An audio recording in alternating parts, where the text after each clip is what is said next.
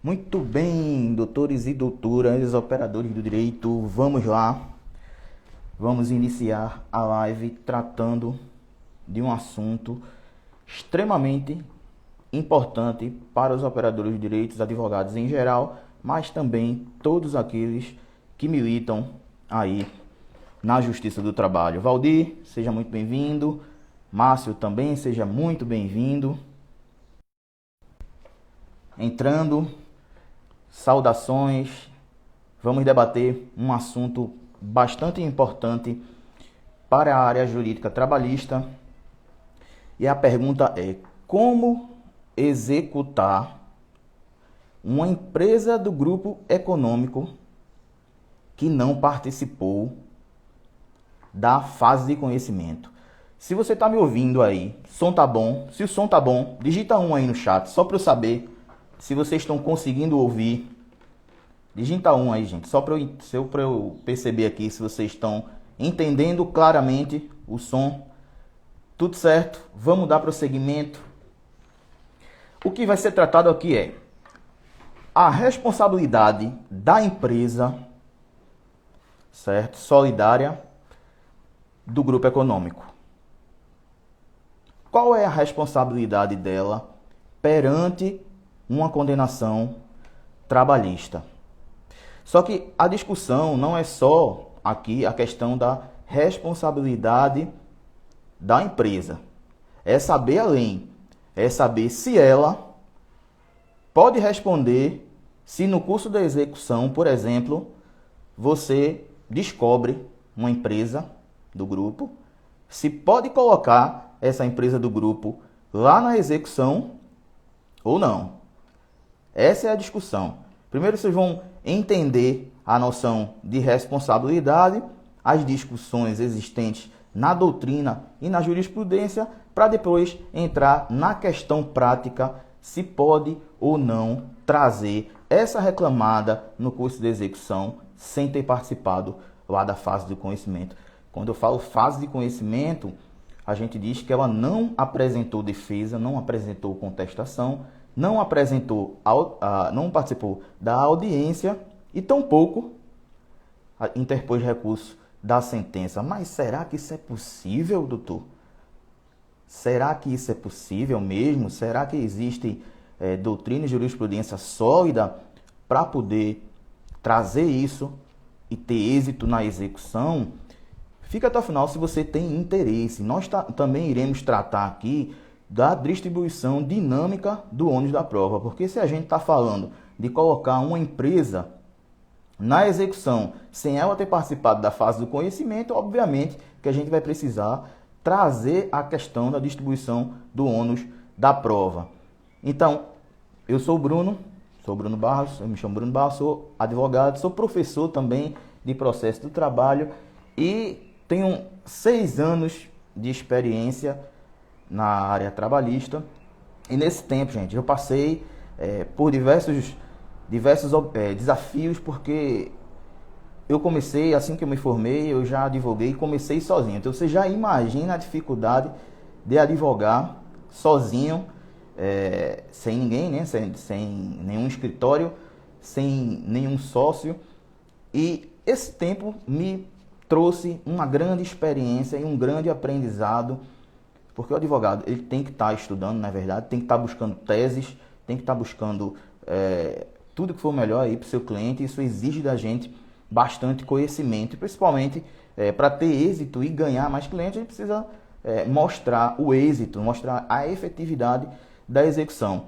Então, diante disso, eu tive muitos erros na minha advocacia, no sentido de não conseguir executar muitos processos, e com isso eu tive que dar um basta. Dei um basta e disse: olha, esses processos que estão parados aqui há muito tempo não podem ficar tanto tempo parado assim, né? Então, pelo fato de não ficar parado, o que me incomodava bastante era o fato de eu não ter tido êxito. Eu queria ter êxito, eu queria ter mais clientes, eu queria provar que eu era um excelente advogado. Então, nesse sentido, foi que eu passei a estudar exatamente a execução, bem profundamente falando, e botei um baixo e disse, olha, eu não vou mais permitir que a reclamada no curso de execução venha com toda uma estratégia se eu não tenho estratégia. Como é que você vai ter êxito na execução se você deixa a estratégia na mão do magistrado? Você sabe muito bem que com a reforma trabalhista, o impulso oficial da execução, o impulso, né, da execução, fica toda a cargo do reclamante.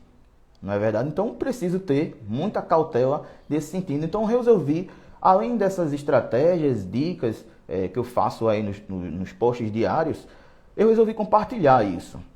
Porque é uma questão minha de justiça, é uma questão minha de compartilhar, é uma questão minha de fazer com que o advogado exequente também tenha êxito. Porque eu fico bastante mesmo irritado quando eu vejo uma reclamada utilizar de meios ardilosos na execução e o exequente muitas vezes não toma nenhuma atitude.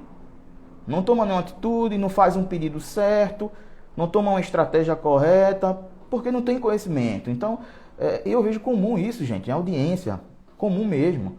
Você na audiência lá, às vezes o magistrado se vira para o advogado e diz, doutor, fale.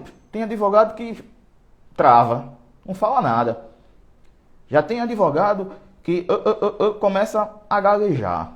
Então, percebendo isso, eu disse, não, já que eu também sou professor, eu preciso também ajudar esses colegas advogados. Então, é por isso que eu posto conteúdo todos os dias lá no meu Instagram. Eu faço essas lives porque a ideia é compartilhar. Então, se você conhece aí algum advogado também, do exequente, de reclamante, que queira saber como é que está sendo essa questão de colocar uma empresa na execução, tem um aviãozinho aí embaixo da tua tela.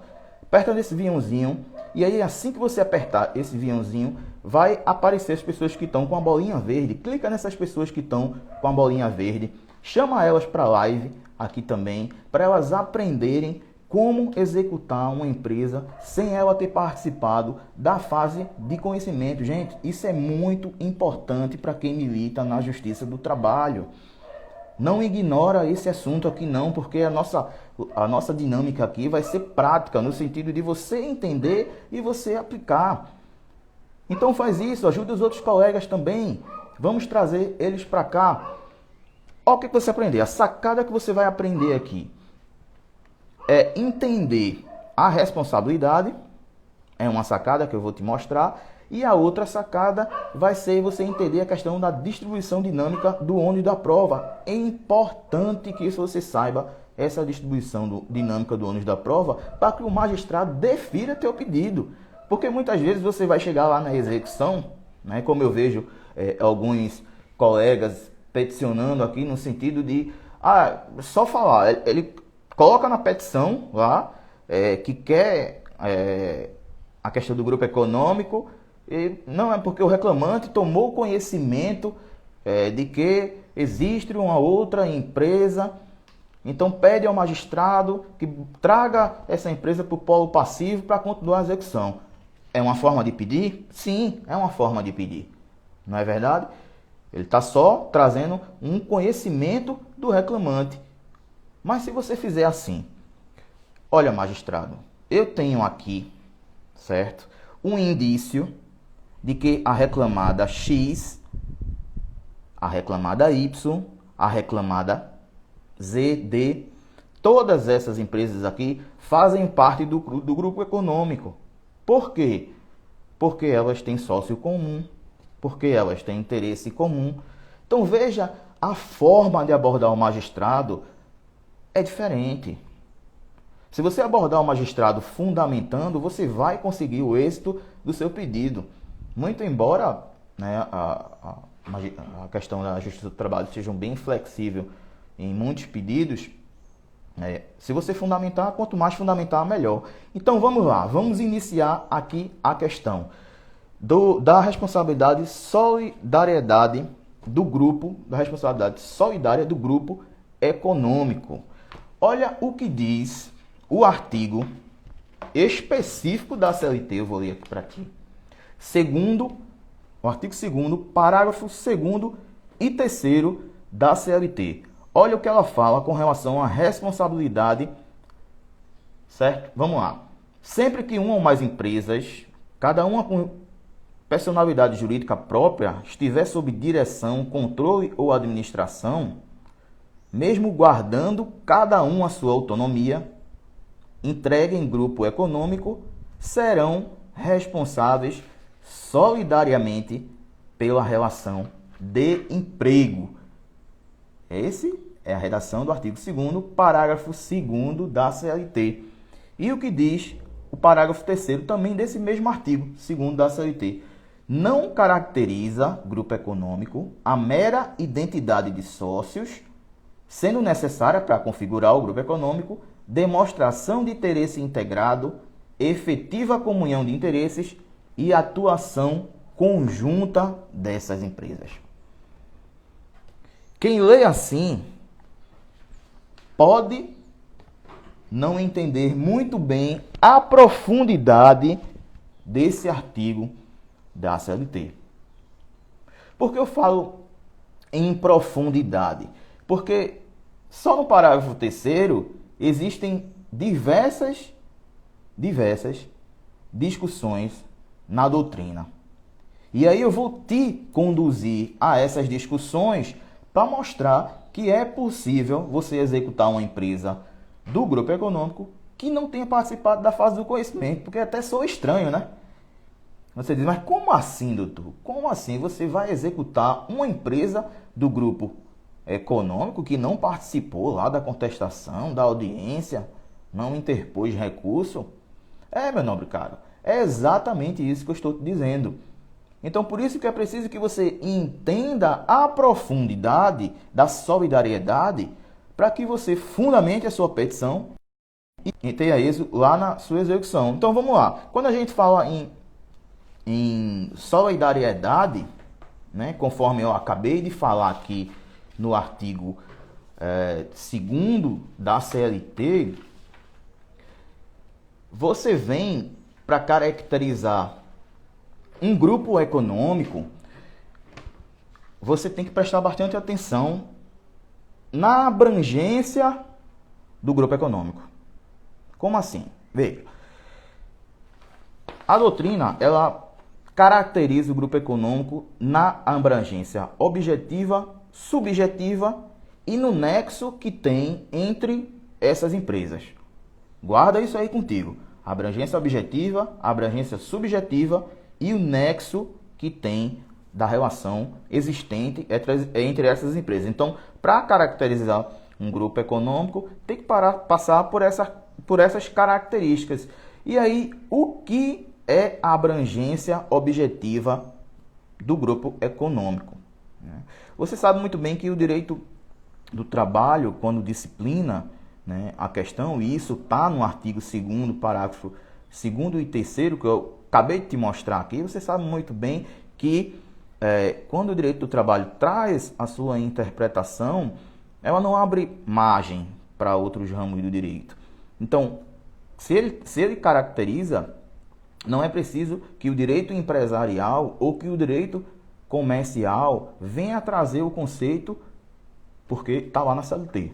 Então, ela muito bem trouxe o que vem a ser grupo econômico. Então, não precisa a gente olhar mais para outro ramo do direito. Você entende muito bem o que eu estou falando aqui? E com relação, isso é a abrangência objetiva. E quando a gente vai trazer a questão da abrangência subjetiva, quer dizer que é o sujeito de direito que a gente está falando. Então, para caracterizar grupo econômico, a gente tem que olhar para o sujeito de direito. Como assim olhar para o sujeito de direito? Exato, o sujeito de direito, uma característica elementar para que se tenha um grupo econômico é ele ter o caráter de econômico. Grupo econômico, caráter econômico. Isso é indispensável para que seja caracterizado um grupo econômico. Por exemplo, você acha que o Estado tem interesse econômico nas suas relações? Você acha que o empregador doméstico tem interesse de caráter econômico? Entende? Então, olhou para o grupo econômico, para a abrangência subjetiva, você mata a questão do caráter econômico que ele tem. O Estado ele não tem interesse econômico. O interesse dele é social. Então, logo, ele não pode fazer parte de um grupo econômico. Ultrapassada essa questão da abrangência subjetiva, você vem para a questão do nexo entre as empresas. E isso é importante. Esse aqui é o ponto mais importante que eu vou falar aqui, porque tem discussões em sede doutrinária e jurisprudenciais. E aí, se você advoga para reclamante, ou se você advoga para reclamada, vai te beneficiar de alguma forma. Entende? Então, fica nesse ponto, que é o principal ponto aqui que a gente vai trazer. Quando eu falo em nexo entre as empresas, né, existem duas correntes aqui, duas correntes que pensam de forma diferente. A primeira corrente, que quem traz esse conceito é o Caio Bueno, ele fala que na questão do grupo econômico tem que haver o controle da administração sobre as outras empresas. Como assim, controle? A empresa que está no topo, ela tem que controlar todas as demais em decisões, em coisas que são relacionadas à própria empresa. Então, esse é a primeira corrente que vem sendo defendida por Caio Bueno. Mas aí já tem uma outra corrente que diz, não é bem assim. O que é preciso para caracterizar um grupo econômico é a simples relação de coordenação. Já muda o conceito.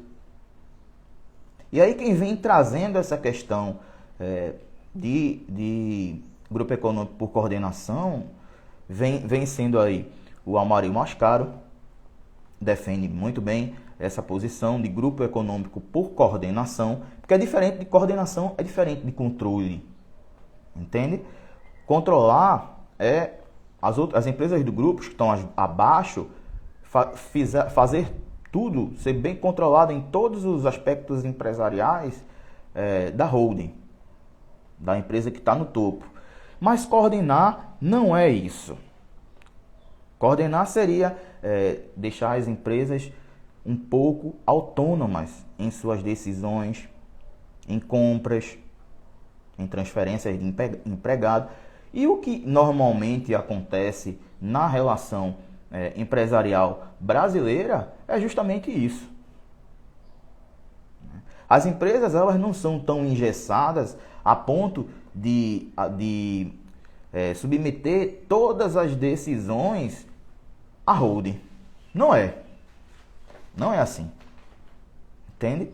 Então, diante dessa diferença, né, e aí vem essa corrente, é importante dizer que essa corrente, ela diz que basta apenas a coordenação para você trazer essa ideia de grupo econômico.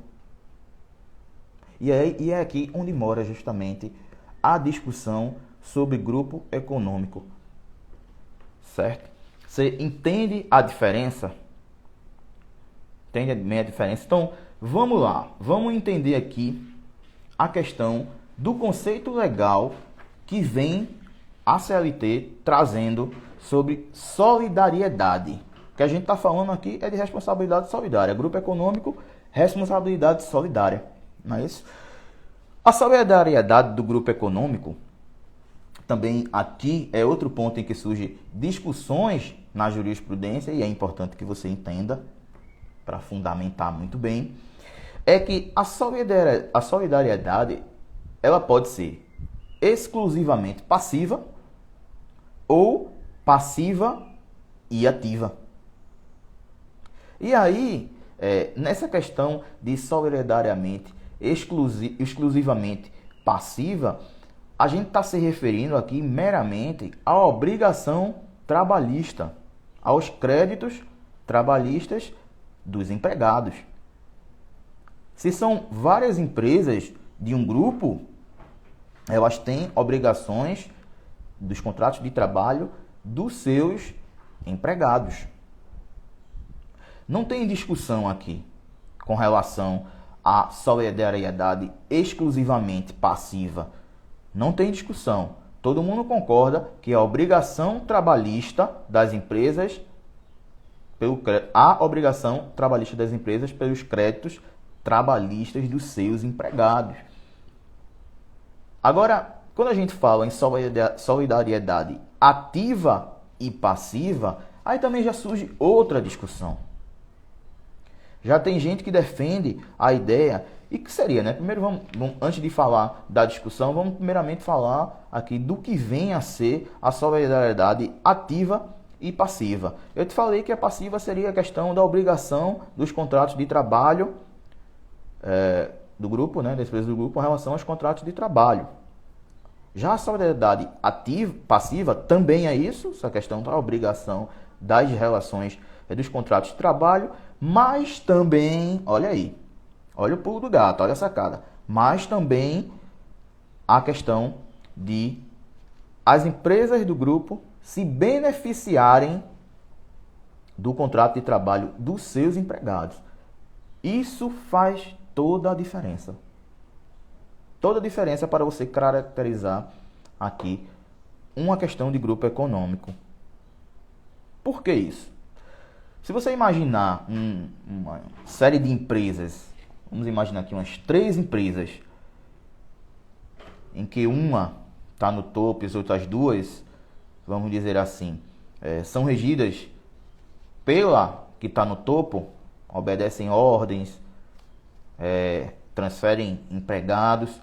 Se você imaginar aqui essa questão do grupo, você vai ver que o empregado do grupo A, da empresa A, o empregado da empresa A, quando ele, de vendas, vamos imaginar que seja de vendas, quando ele vende um produto, ele beneficia a empresa A e beneficia a empresa do grupo.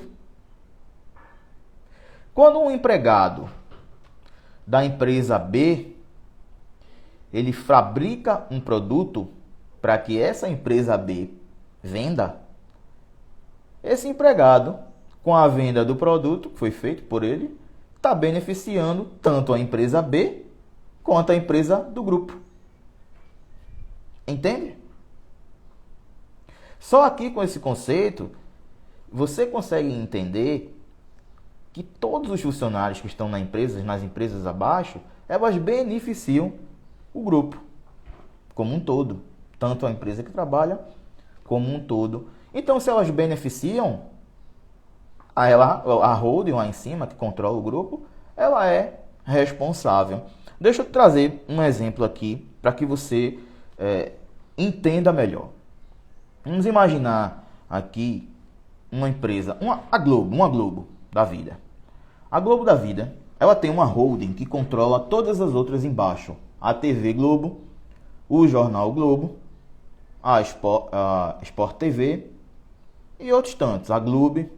Então veja, a holding da Globo está no topo. E aí você tem o repórter da Globo. Você tem um repórter da Sport TV, já são empresas diferentes. Quando esses repórteres eles trabalham produzindo matéria que são utilizadas em seus devidos canais, que são muitas vezes aí a Sport TV é canal fechado, então o usuário paga, não é isso? O usuário paga pelo serviço. Já a TV aberta tem a questão dos patrocínios, dos comerciais. Quando ele produz a matéria que é passada, beneficia a Globo e beneficia também a holding, que é a Globo que está no topo. A holding é só, ela não aparece assim no mercado, é o grupo de empresas que controlam todas essas outras. Então veja, quando a gente está falando em relação de trabalho aqui, a gente está dizendo que todas essas empresas do grupo podem responder pelas verbas trabalhistas. Essa aqui é a discussão que acontece lá, aqui nesse ponto de solidariedade passiva ou solidariedade passiva e ativa. Entende? Muito bem. Então, e aí eu vou mais ainda, eu vou além ainda, porque dentro dessa figura aqui de solidariedade surge uma questão de empregador único. Quem aí já ouviu falar sobre essa questão de empregador único? Digita um aí. Digita um aí no chat. Empregador único. O que seria empregador único? Ninguém ouviu falar sobre essa questão de empregador único? Já sim, vocês aí são bem experts em direito do trabalho, eu tenho absoluta certeza. Eu vejo as postagens, eu vejo os vídeos e vejo que tem muita gente boa aí. Mas ninguém aqui conhece o que é empregador único. Vamos lá. Então, essa questão de empregador único, que está dentro aqui da questão de solidariedade, quem defende essa questão de empregador único é Arnaldo Sequin, o Décio Maranhão, Otávio Bueno. Todos esses defendem essa questão de empregador do único, de que o conceito é de que o grupo ele toma decisões que beneficiam todas as empresas que pertencem ao grupo. O grupo holding que eu estou falando, aquela controladora. Né? Você quer um exemplo disso? Deixa eu te falar. Outro exemplo. Como assim empresas que tomam decisões e beneficiam todo o grupo? Então, se a Holding Globo, que é esse exemplo que eu estava trazendo, a Holding Globo é composta aí pela Sport TV, pelo Jornal Globo, pela TV Globo. Então, se a Holding Globo, por exemplo, chegar a transferir um empregado da Globo para a Sport TV, que é comum, não é verdade? Vez por outra a gente está assistindo um jornal e esse repórter não está mais aqui na Globo, já está em outro canal e aí a gente vai. Se, por exemplo, a empresa do grupo, a controladora, ela negocia contratos coletivos, não vai beneficiar não? Todos os funcionários que estão abaixo, vai exatamente e certamente isso que acontece. Então, quando ele traz o conceito de empregador único, ele está dizendo que as decisões do grupo que beneficiam as outras empresas caracterizam a questão do grupo econômico. Entende? Isso é muito claro de ver, gente. Isso é muito claro de ver. Não é difícil. Não é difícil de enxergar. O que acontece na execução? Como é que funciona o procedimento da execução? Você vai, interpõe aí. Você ingressa, né? Você ingressa com reclamação trabalhista. Faz audiência, tem toda aquela questão de contestação. Vem a audiência, você impugna os documentos e aí vem a sentença. Quando chega na sentença, é o primeiro ponto, se você vai ver se tua tese vai estar dando certo ou não. Procedente em parte ou improcedente. Então a gente vai imaginar aqui o procedente em parte e o procedente para que a execução tenha continuidade.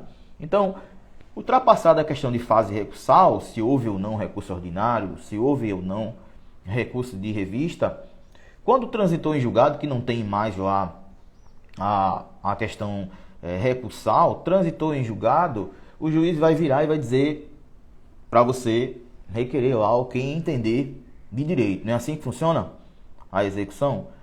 Vem um despacho te falando. Então você vai seguindo com relação, você pede lá, né? Você interpõe uma petiçãozinha simples dizendo, olha, a execução aqui, que seja feita aí o Cisbajude, Renajude, Infojude, que prossiga a execução e vai seguindo o processo. Aí você faz o Cisbaju, não deu em nada. E você já olha e faz, rapaz, esse processo aqui tá complicado, vai entrar naquela lista de processos complicados, né? E você segue a execução e no meio da execução, aí o reclamante traz a informação que não tinha te falado lá no processo, diz assim, doutor, eu não falei para o senhor, eu acho, mas tem uma empresa X, não é essa empresa que eu falei para o senhor aí que o processo está correndo, mas tem uma empresa X também lá do proprietário que inclusive continua vendendo, operando, tendo funcionários. Vê mesmo, o reclamante traz essa informação para você no meio da execução. Só que se você for um advogado esperto, você vai entrevistar ele e vai perguntar isso lá. Se ele souber, ele vai te falar. Mas talvez ele também tome conhecimento no curso da audiência, não é isso? E aí segue. Aí, o que é que você vai fazer com essa empresa? É a pergunta. Essa é a pergunta que a gente vai matar aqui hoje. Então perceba o quão importante é o conceito de responsabilidade e como isso vai se suceder. Lembra que eu falei da divergência se a responsabilidade ela é passiva, a responsabilidade solidária é passiva ou passiva e ativa? O posicionamento do TST, você viu que tem discussões doutrinárias, mas o TST ele se posiciona no sentido de que a solidariedade é passiva e ativa. Aí eu trago e relembro a você a questão do empregador único. Veja a importância. E por que eu te falo que o TST se posiciona assim? Porque olha o que diz a súmula 129 do TST. Contrato de trabalho, grupo econômico. A prestação de serviço a mais de uma empresa do grupo econômico durante a mesma jornada de trabalho não caracteriza a coexistência de mais de um contrato de trabalho, salvo ajuste em contrário. Olha a questão do empregador único. Lembra do repórter que eu te falei lá da Globo?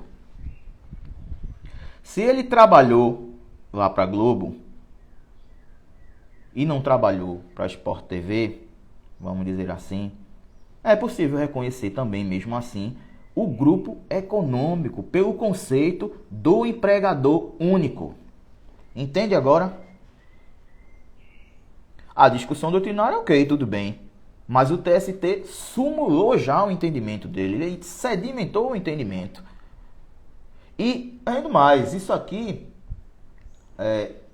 você deve saber muito bem que existia uma súmula também que falava aqui de solidariedade, que dizia que, antes da reforma trabalhista, isso, tá?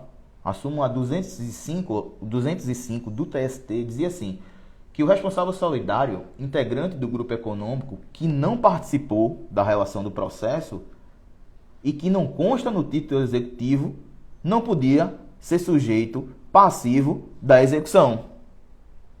Veja, essa súmula queria dizer que lá na execução, se você achasse uma empresa do grupo econômico e quisesse trazer ela para o polo passivo, para executar também junto a outra empresa, não era possível fazer isso. Isso antes da reforma trabalhista, que matou essa súmula e a súmula foi devidamente cancelada pelo Tribunal Superior do Trabalho. Então, isso aqui abre margem para você entender muito bem que uma empresa ela pode ser responsabilizada no curso da execução sem que participe da fase de conhecimento. E aí, além dessa súmula que eu te trago sobre o próprio entendimento consolidado no Tribunal Superior do Trabalho, sobre empregador único, sobre responsabilidade solidária do grupo, é importante que você também tome conhecimento de algumas decisões dos regionais sobre essa matéria. O que pensa o regional TRT3?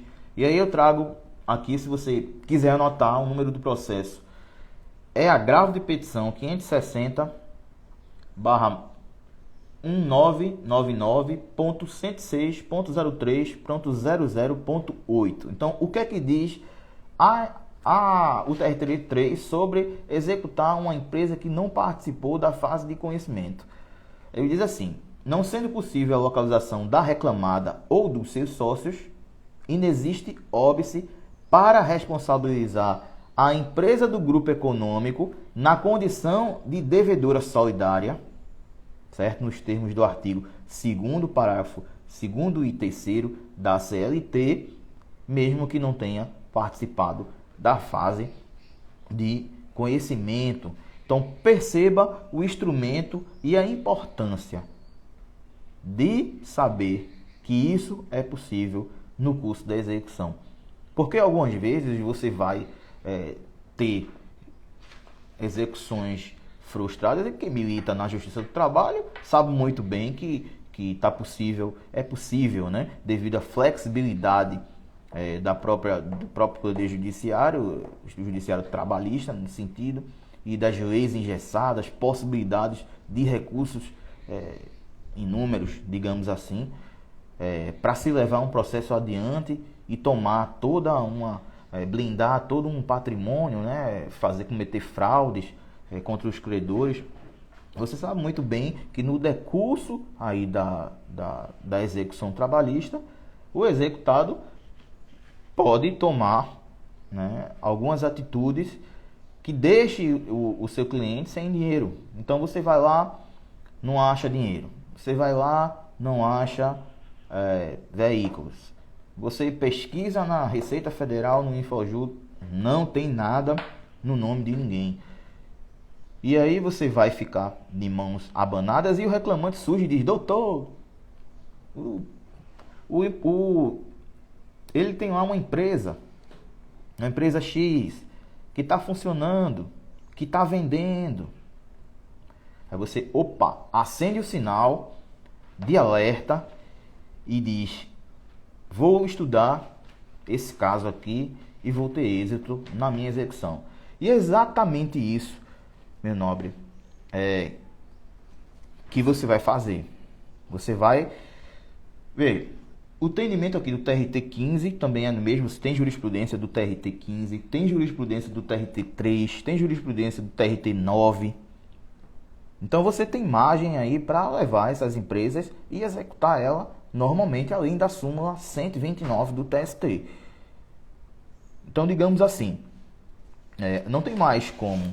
Porque eu te digo isso porque no curso da minha experiência como advogado, tem momentos em que você acha que não vai conseguir executar a reclamada porque ela esconde todos os bens. Você olha para os bens, não acha da empresa, não acha nada, faz a despersonalização da pessoa jurídica, não acha nada. E aí tem horas que você perde a esperança de executar.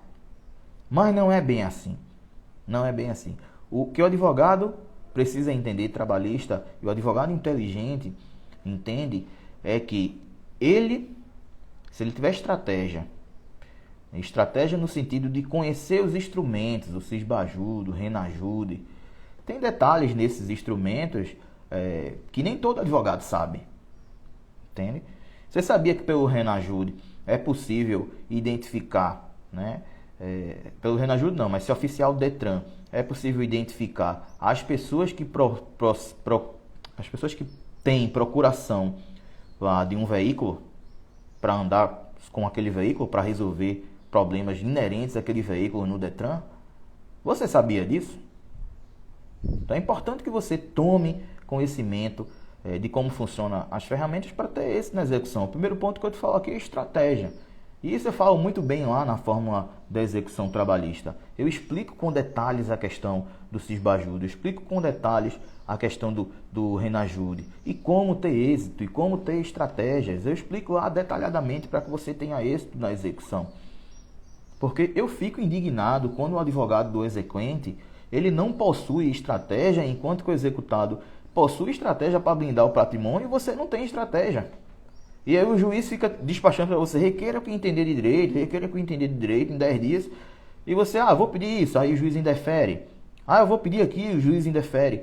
Não, o que você tem que entender é que você tem que ter estratégia em primeiro lugar. E em segundo lugar, você vai ter que ter, fazer o pedido na forma certa, na hora certa. E eu te dou um exemplo, por exemplo. Se você pediu o Cisbaju, pediu o Infojud, não achou nada, não adianta pedir a quebra do sigilo bancário, não adianta pedir o Simba. O juiz não vai dar, é óbvio que ele não vai dar. Por quê? Porque tem toda uma questão de sigilo da pessoa. Só que, se você se fundamentar e se resguardar, mostrando ao juiz que o credor, ele esconde os bens, e aí você faz de diversas formas. Você pede Cisbaju, Infojud, Renaju, e aí traz outras informações. Você pede ofício ao Detran, não tem procuração. Faz pesquisa num site, por exemplo, que aí eu ensino lá também na forma da execução trabalhista, como você acha sócios de outra empresa. Você procura lá sócios de outra empresa e não acha. E você vai montando um quebra-cabeça para mostrar ao juiz e mostrar a ele a estratégia e dizer, olha, você está vendo aqui que o executado tem toda uma estratégia, então é preciso que eu veja se ele tem alguma coisa que eu não consiga enxergar. Então, quebre o sigilo bancário. Então, doutores, estratégia é uma coisa que vocês têm que ter e o tempo, é fazer o pedido oportuno no momento certo para que o juiz não indefira o teu. E aí, fundamentado, obviamente. Né? A maior alegria do mundo é o juiz deferir o Simba. O Simba, né, e outras coisas tantas que quebrem o sigilo bancário. É extraordinário isso. E aí você passa a enxergar coisas que você não vê sem isso. Então, se liga nisso aí. Eu detalho muito bem lá Cisbaju, Renaju, Infojud e outras estratégias mais para você montar esse quebra-cabeça lá na fórmula da execução trabalhista. Mas veja, quando a gente fala em grupo econômico, e aí você pode até aí estar se perguntando, né? Mas como é possível, né, trazer uma empresa do grupo econômico? Como é que eu faço para provar? Né? Quais são os requisitos que eu preciso demonstrar ao juiz? E aí eu te falo, você precisa entender primeiro o seguinte. Lá o artigo 3º, parágrafo 2º da CLT, ele vai dizer que ele vai trazer umas questões de pré-requisitos, digamos assim, para que se identifique uma questão de grupo econômico. E ele diz lá, 2 ou mais empresas com personalidade jurídica própria sobre a mesma direção. E ele diz ainda, interesse integrado, efetiva comunhão e atuação conjunta. E agora, danou. E agora, o que é que eu faço? Né? Tem gente que trava quando vê essas expressões. Como é que eu provo tudo isso para conseguir um grupo econômico? Aí é que está a sacada, aí é que está a jogada. E eu vou te falar agora. Vê, você imagina uma empresa de vigilância e uma empresa de limpeza e conservação. Imaginou essa empresa? Acontece muito, né? Tem muitas reclamações trabalhistas com essas empresas, não é verdade? E a maioria delas atuam em conjunto.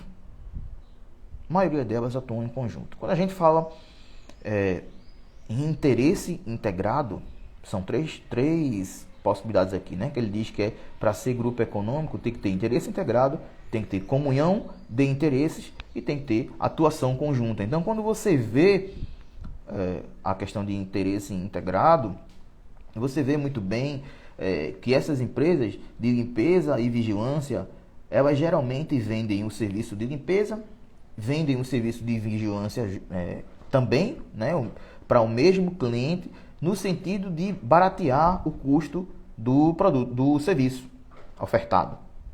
Né? Então, isso aí já demonstra que tem um interesse integrado, a venda de um serviço de limpeza e a venda de um serviço de vigilância armada, por exemplo. Interesse integrado. E aí você avança na questão da comunhão de interesse. Como demonstro a comunhão de interesse, nesse caso, ao juiz? Né? Como eu demonstro a intenção dele? Está claro e está evidente. Né? Se ele está ofertando dois tipos de contrato, é lógico que ele está tendo ganhos com isso. Ele está tendo benefícios com isso e a possibilidade de prejuízos mesmo também nesses tipos de contrato. Então, o interesse integrado, demonstrada a comunhão de interesses, lá vem a atuação conjunta. E como demonstra essa atuação em conjunta? Que aí, obviamente, com essa venda casada de serviço, muito simples e fácil, né? Também tem a questão dos clientes comuns, que aí demonstram que as empresas atuam de forma correta. Então, se você ajuiza uma reclamação trabalhista contra uma empresa, por exemplo, de limpeza e conservação, uma pessoa que sempre foi da limpeza mesmo, nunca trabalhou na empresa de vigilância, e aí mais na frente você se esqueceu ou o cliente trouxe essa informação de que tinha uma empresa de vigilância, traz essa empresa lá na execução, traz essa empresa, mesmo se ela se defender, né? Como a gente viu, traz essa empresa para o polo passivo da execução, junta aí documentos, vai atrás aí de convenções coletivas, alguns clientes guardam documentos de venda de contratos dessas empresas, né? Aí você traz essa questão de contrato, faz uma pesquisa, olha, anota isso aí, faz uma pesquisa. Pode ser no Jus Brasil, e tem outro site também que você pode fazer uma pesquisa, colocar o nome da empresa, ver os processos que ela tem, entrar nesses processos e ver se tem documentos lá que te interessam. Né? Até o site aqui mesmo do TRT6, Sexta Região, você entra lá e tem na pesquisa lá da jurisprudência, você coloca o nome da empresa e aparece lá alguns processos e você pega esse número desses processos, joga lá no teu PJE e vai atrás de documentos dessa empresa.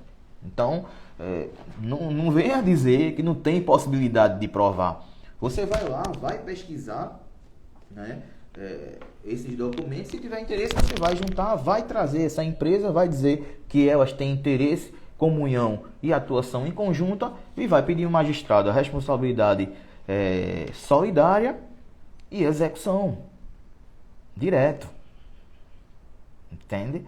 E aí você vê que aí você imagina que o juiz, por exemplo, sentencia contrariamente ao entendimento de súmula, né? Tem, eu já vi muita coisa. Eu já vi muita coisa arbitrária. Por exemplo, tinha um processo contra uma grande montadora de veículos, fábrica de veículos, que no primeiro grau foi julgado procedente. Então, o pleito era hora extra, hora do intervalo. E aí eu fiz uma pergunta, o juiz indeferiu. Fiz, doutor, eu queria saber se no domingo o ponto era registrado. A juiz parou e fez, doutor, já julguei mais de 1000 processos contra essa empresa e eu vou indeferir a pergunta do senhor, porque é irrelevante. Eu disse, não, excelência, eu posso falar no seu ouvido aí, porque senão a testemunha ela vai ouvir a pergunta e vai se resguardar. Ele vem, aí eu te falei no ouvido dele, não, mas a questão aqui não é se bater o ponto certo ou não, é porque o reclamante batia o ponto no domingo e no relatório não aparece. Aí ele, entendi. Aí ele fez a pergunta. Aí a testemunha, que era chefe do meu cliente na época, respondeu o que eu queria. Disse, realmente, bate o ponto, mas não aparece. Veja, ganhei. Juiz sentenciou procedente, a minha testemunha falou a mesma coisa, disse que batia o ponto e não ganhava, e não registrava, quer dizer, juiz julgou procedente, a empresa recorreu, juiz julgou aí com relação a alguns artigos da CLT e também a súmula 437 lá do TST, e em segundo grau, de repente, a turma entende que eu não provei. Veja, como é que eu não provei? Se a testemunha da reclamada confirmou a minha tese, até minha testemunha confirmou minha tese, como eu não provei? E estava claro, E aí ele veio fundamentando lá no artigo 818 da CLT, trouxe a questão do ônus da prova, fez uma coisa bem perfeitinha, o acórdão. Aí eu interpus um recurso de revista baseado justamente nessa questão aí de contrariar súmula do TST. Entende? Então, se contrariou súmula do TST, joga para ele. Joga para ele e diz, olha, essa súmula aqui está sedimentada, então não tem porquê lá o regional dar improcedente, né? Julgar improcedente. Entende? Então, só recapitulando aqui, quando você vai demonstrar a questão do grupo econômico, do interesse, né, da comunhão, da atuação conjunta, o importante é que você demonstre ao juiz e prove. Se você provar, obviamente, né, como eu te falei, entrando lá em alguns processos, vendo se tem documentos ao teu favor, ou se o cliente tem. Alguns clientes são tão organizados que chegam a ter diversos e-mails também, né? Diversos clientes que têm bastante, guardam isso aí. Muita gente instruída já a fazer isso para te beneficiar. Mas você imagina que não. Você imagina que você não tem, tá? Você não tem nada. E aí o reclamante chegou para você e disse assim, doutor, tem uma empresa X lá no nome dele. Aí você tem uma empresa no nome dele, aí você já lembra que pode, do grupo econômico, certo? Vê lá que é no mesmo endereço, algumas vezes, né? Algumas vezes na mesma atividade. E aí você vai lá, traz essa empresa para o polo passivo. Se você tiver prova, tudo bem, tá? O juiz vai. Mas se você não tiver, o que vai acontecer? Você pode pedir lá a questão da distribuição, da teoria de distribuição do ônus dinâmico da prova. E como é que eu faço? Eu já vi aqui advogados, por exemplo, só pedindo mesmo assim, excelência, o reclamante tomou conhecimento de que a empresa X faz parte do grupo. São 2 empresas, 3 empresas. Faz parte, o reclamante tomou conhecimento. E aí o que é que o juiz faz? Para ampliar o contraditório e a ampla defesa, o que é que ele vai fazer para não ter um cerceamento de defesa aí, né? O que é que ele vai fazer? Gerar muitas vezes aqui o ônus dinâmico da prova. Ele vai se virar para a reclamada e vai citar ela. Cite a reclamada fulana de tal, empresa X, empresa Y, para que ela se manifeste com relação ao interesse do reclamante. E aí vem a reclamada lá, junta, né? Ela vai trazer a questão contratual, os documentos contratuais, né? Contrato social, tudo isso. E aí trazendo, vai valer uma análise tua bem minuciosa. Agora não ignora não. Quando ela trouxer isso, não ignora uma análise minuciosa do contrato social. E aí eu vou te dar outra dica de ouro. Quando você for lá dar uma olhada, que você não identificar os sócios comuns, que acontece muito com reclamada checheira, né? Reclamada que sabe o que está fazendo e gosta de fraudar a Justiça do Trabalho. Você pode ir lá no site do REDSIM ou na Receita Federal, né? Na Receita Federal, no site, digitar lá o CNPJ. Embaixo tem uma opção chamada QSA. Você clica lá e vê quem são os sócios daquela empresa. E aí você vai batendo contrato social por contrato social. E se você assim não identificou que tem sócios lá em comum, ou não aparece essa informação, algumas vezes não aparece essa informação lá, você pode pedir o juízo que oficie aí a JUSEP ou que ele realize algum procedimento no SERPRO para que traga informações. Ele pode até puxar pelo SERPRO lá.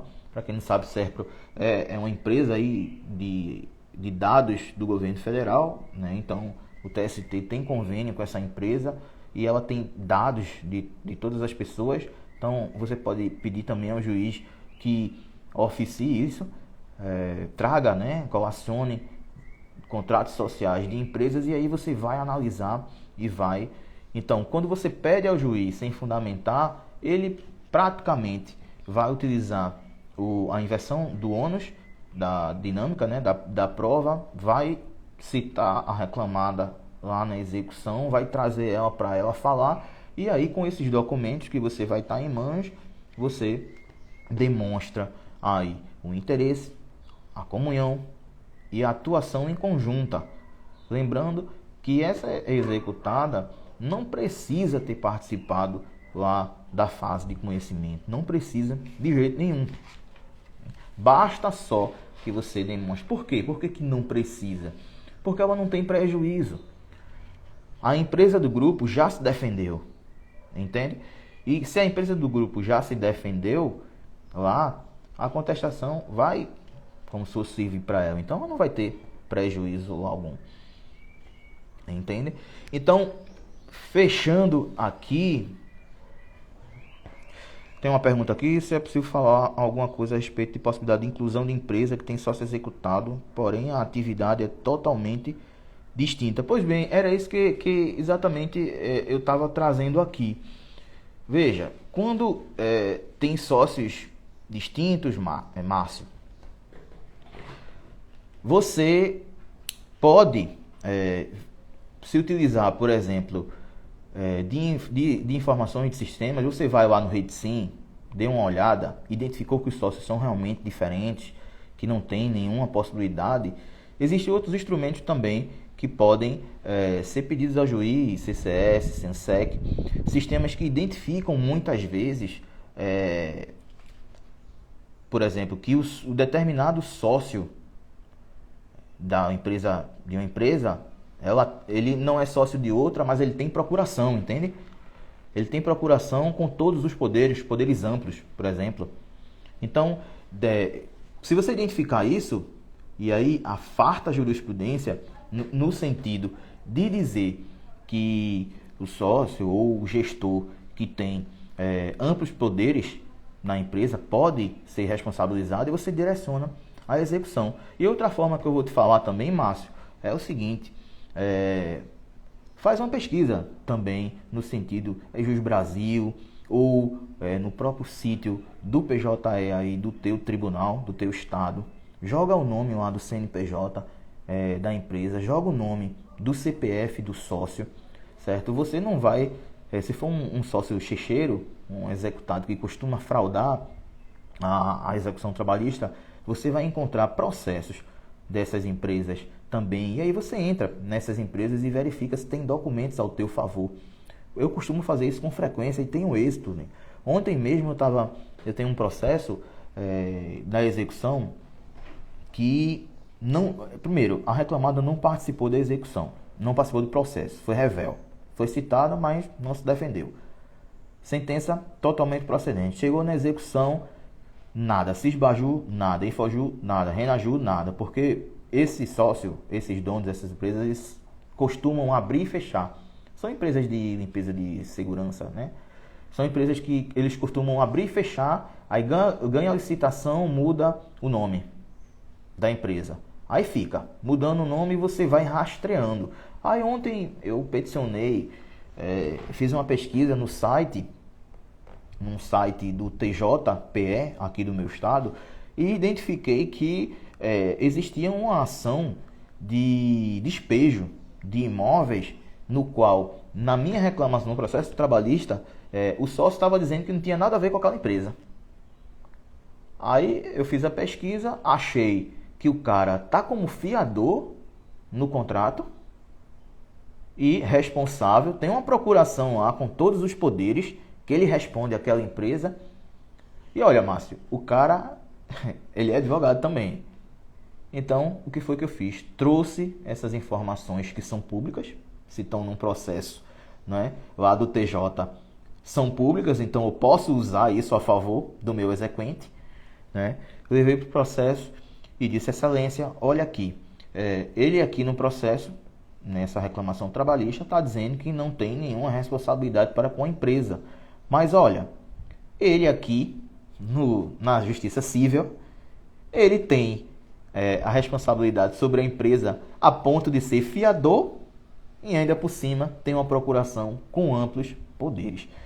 O processo está conclusivo, né? Foi peticionado ontem, né? Obviamente o juiz ainda não deu tempo de olhar porque hoje é sábado. Mas o que acontece? Trouxe indícios, né? Não estou dizendo que isso aqui são provas contundentes de que... Não, são indícios, né? Só que como eu estou pelo exequente, eu não trato como indícios.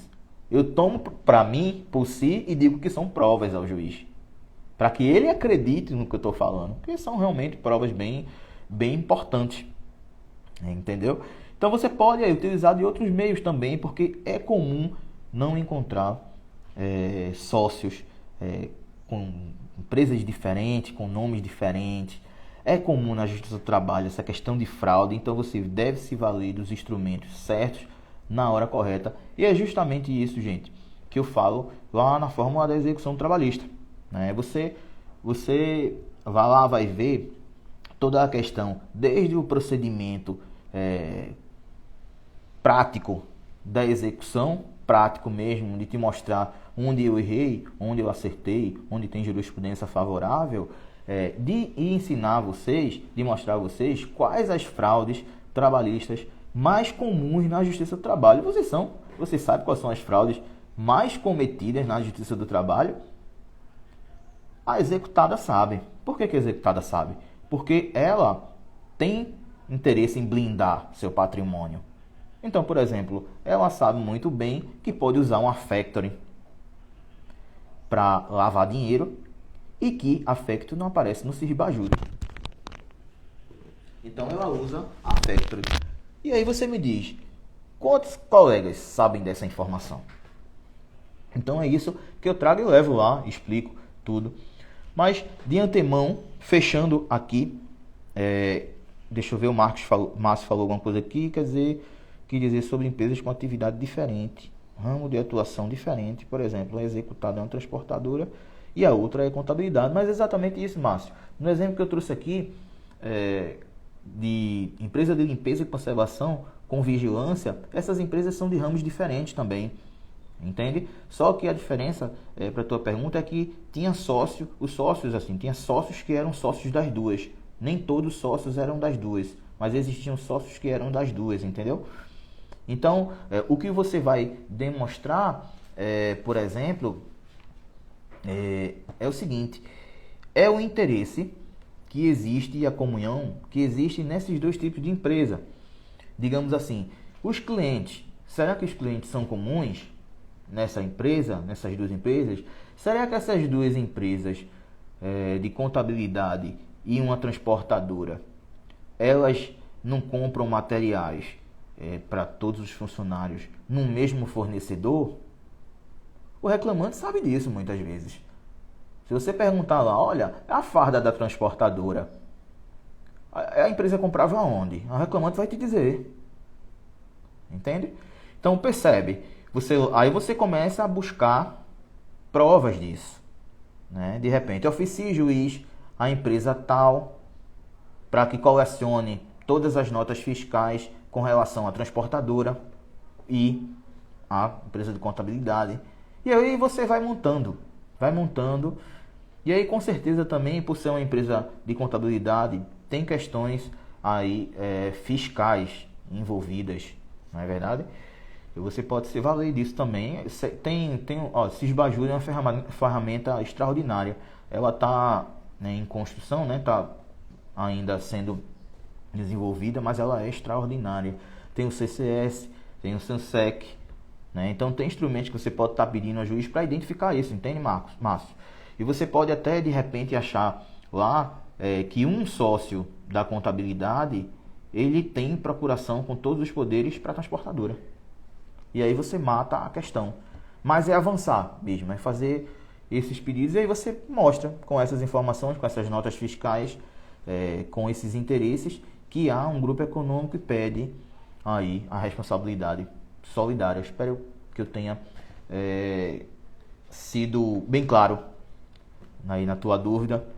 Então, só recapitulando, gente, provado a questão aí do grupo econômico, lembra do empregador único, o empregador único tem, né, a questão de trazer toda essa ideia de que todos os empregados das empresas tendem aí a dar um lucro, né, uma movimentação, uma responsabilidade às empresas do grupo, traz esse conceito de empregador único e demonstra lá um entendimento do TST na súmula 129 do TST, junto com outras jurisprudências dos regionais e do próprio TST dos regionais, mostrando que você pode trazer essa executada que não se defendeu lá no curso de execução para o polo passivo da tua reclamação. Eu espero que vocês tenham gostado, mas vamos lá.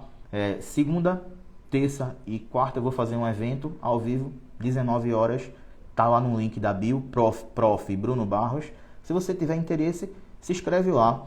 É de graça, vou dar as aulas de graça e vai ter muita estratégia no sentido de te ensinar a executar mesmo, a identificar as fraudes trabalhistas e a como fazer no procedimento de execução. A gente vai ver todo o procedimento de execução, mas vai ver também, isso é de graça, não vou estar cobrando nada para vocês lá nessas 3 aulas gratuito. O Instagram é Prof. Bruno Barros, prof, de professor, né? Prof. Bruno Barros. Eu vou estar fazendo isso lá, tem um link na bio para se inscrever, você cai lá no site, coloca o e-mail, coloca o nome e participa das aulas. Vão ser 3 aulas, dia 9, segunda, terça e quarta, às 19 horas, onde a gente vai tratar lá sobre execução, procedimento de execução, fraudes e estratégias. Eu vou te ensinar 10 estratégias e como executar com eficiência lá, mesmo que o devedor tenha sido ocultado os bens dele. Então eu vou te mostrar algumas ferramentas que são eficazes, que têm sido utilizadas não só por mim, mas também por outros colegas e tem surtido efeito. Obrigado, gente, pelo tempo de vocês. Tenham um bom final de semana. Fiquem na paz.